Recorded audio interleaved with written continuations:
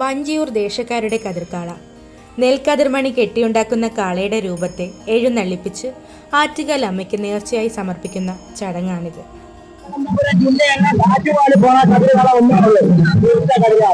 പണ്ട് കൊണ്ടുവെച്ചുകൊണ്ടിരുന്നത് നമ്മളെ അപ്പൂമ്മമാരെ കാലത്ത് കൊണ്ടുവെക്കുന്നത് ചെറിയൊരു കാള തോളിൽ വെച്ച് കുറച്ചാണ് കൊണ്ടുവെക്കുന്നത്. നമ്മുടെ തലമുറ വന്നതിന് ശേഷം ഇത്രയും വലിയൊരു കാള. അത് തിരുവനന്തപുരം ജില്ലയിൽ ആദ്യമായിട്ട് കൊണ്ടുപോകണം നമ്മളാണ് ഈ ആറ്റുകാലിൽ ഈ കാള കൊണ്ടുപോകണം. ഈ കാള 100 വിളക്കിലൊക്കെ ഉണ്ടായിരുന്നാലും കാളയാണ് ആദ്യം കയറുന്നത്. കയറിയതിനു ശേഷം ബാക്കിൽ വിളക്കിട്ട് കയറുന്നത്. കാർഷിക സംസ്കൃതിയെ ഭക്തിയുമായി സമന്വയിപ്പിക്കുന്ന അനുഷ്ഠാനപ്രദമായ കെട്ടുകാഴ്ചയാണ് കതിർക്കാള. വിളവെടുപ്പ് ഉത്സവത്തിന്റെ ഭാഗമായി കറ്റ കൊണ്ടുണ്ടാക്കിയ ചെറിയ കാളയെ തോളിലേറ്റി നൃത്തം വെച്ച് അമ്പലത്തിലേക്ക് കൊണ്ടുപോകുന്ന രീതിയിലാണ് കതിർക്കാള എന്ന സങ്കല്പം. തിരുവനന്തപുരം നഗരത്തിലെ വഞ്ചിയൂർ പുത്തൻ റോഡ് നിവാസികളാണ് 2 പതിറ്റാണ്ടിലേറെയായി കതിർക്കാളയെ ആറ്റുകാൽ ക്ഷേത്രത്തിലേക്ക് എഴുന്നള്ളിക്കുന്നത്. 20-ാം നൂറ്റാണ്ടിന്റെ തുടക്കത്തിൽ വഞ്ചിയൂർ ഏല അപ്രത്യക്ഷമായെങ്കിലും ആചാരം ഇന്നും തുടരുന്നു. കാലത്തിനനുസരിച്ച് ആചാരങ്ങളിൽ ചെറിയ മാറ്റങ്ങൾ വന്നുവെന്നു മാത്രം. തൃശ്ശൂരിന്റെ ഒരു കൗടിയെ വിളിച്ചുണർത്തുന്ന ഒരു യാത്രയാണ് കതിർകാള എന്നുള്ളത്. കതിരിനെ അത് കെട്ടി കാളയുടെ രൂപത്തിലാക്കി ആറ്റുകാൽ ദേവിക്ക് സമർപ്പിക്കുന്ന ഒരു ചടങ്ങാണ് ഇന്ന് ഈ നടക്കുന്നത്.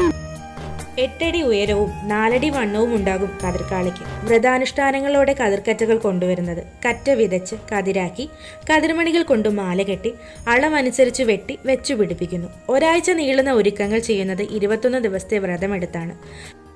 കതിരുകാളയുടെ മുഖത്തിന്റെ മാതൃക ഒരു ശില്പിയുടെ കരവിരുതിലാണ് തയ്യാറാകുന്നത്. കതിരുകാളയ്ക്ക് മുഖമായി ചാർത്തുന്ന നെൽക്കതിര് ഒഴികെയുള്ള ചാർത്തുകൾ അഥവാ സാമഗ്രികൾ നാട്ടുകാർ സ്വരൂപിക്കുന്നവയാണ്.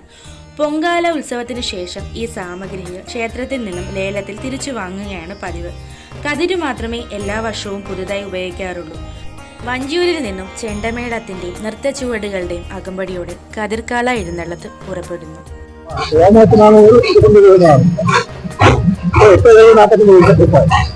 എന്റെ ബാബന്മാര് ഈ 10 നോക്കിയില്ലാതെ വെച്ചത് അത് തോൾ വെച്ചാൽ നിർത്തിച്ചത്. അത് മാറ്റിട്ട് ഫ്രെയിമായി ഫ്രെയിമായി വലിയ പാടാണ്. ഇതൊക്കെ കൈകൊണ്ട് വെച്ച് കൊണ്ടുപോകുന്നത്.